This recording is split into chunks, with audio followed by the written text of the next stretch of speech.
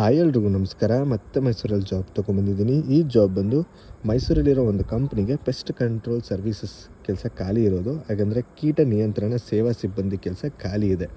So ನಾನು display ಮಾಡಿದ್ದೀನಿ. Education ಬಂದು ಕ್ವಾಲಿಫಿಕೇಷನ್ನು SSLC ಆಗಿದ್ದರೆ ಪರವಾಗಿಲ್ಲ, ಕೆಲಸ ಸಿಗುತ್ತೆ. ಆ್ಯಂಡ್ ಏಜ್ ಲಿಮಿಟ್ ಬಂದು 25ರಿಂದ 30 ವರ್ಷ ಆಗಿರ್ತಾರೆ, ಪರವಾಗಿಲ್ಲ, ಕೆಲಸ ಸಿಗುತ್ತೆ. ಹಾಗೆ ಏನು ನೀಡೆಡ್ ಇದೆ ಅಂದರೆ ದ್ವಿಚಕ್ರ ವಾಹನ ಹೊಂದಿರಲೇಬೇಕು, ಅಂದರೆ 2 ವೀಲರ್ ಕಂಪಲ್ಸರಿ ಇರಬೇಕು. ಮತ್ತು ಸ್ಯಾಲ್ರಿ ರೇಂಜ್ ಬಂದು 15,000 ಮೇಲ್ಪಟ್ಟಿರುತ್ತೆ.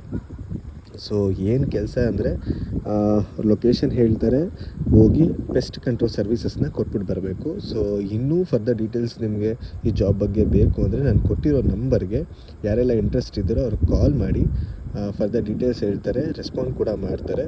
ಹಾಗೆ ಅಪ್ಡೇಟೆಡ್ CVನ ಕಳಿಸ್ಕೊಡಿ. ಸೊ ಯಾರೆಲ್ಲ ನನಗೆ ಕೇಳ್ತಾಯಿದ್ರಿ, ಫೀಲ್ಡ್ ಸರ್ವಿಸಸ್ ಕೆಲಸ ಇದ್ದರೆ ಹೇಳಿ, ಮೈಸೂರಲ್ಲಿ ಹುಡುಗರು ಎಸ್ಪೆಷಲಿ. ಸೊ ಇದೊಂದು ಒಳ್ಳೆ golden opportunity. So education qualification 10th ಆಗಿದ್ರೂ ಪರವಾಗಿಲ್ಲ. ಸೊ ಯಾರೆಲ್ಲ 10th ಆಗಿದೆ ಕೆಲಸ ಇದ್ದರೆ ಹೇಳಿ ಅಂತ ಹೇಳ್ತಿದ್ರಿ, ಇದೊಂದು ಒಳ್ಳೆ ಗೋಲ್ಡನ್ ಆಪರ್ಚುನಿಟಿ.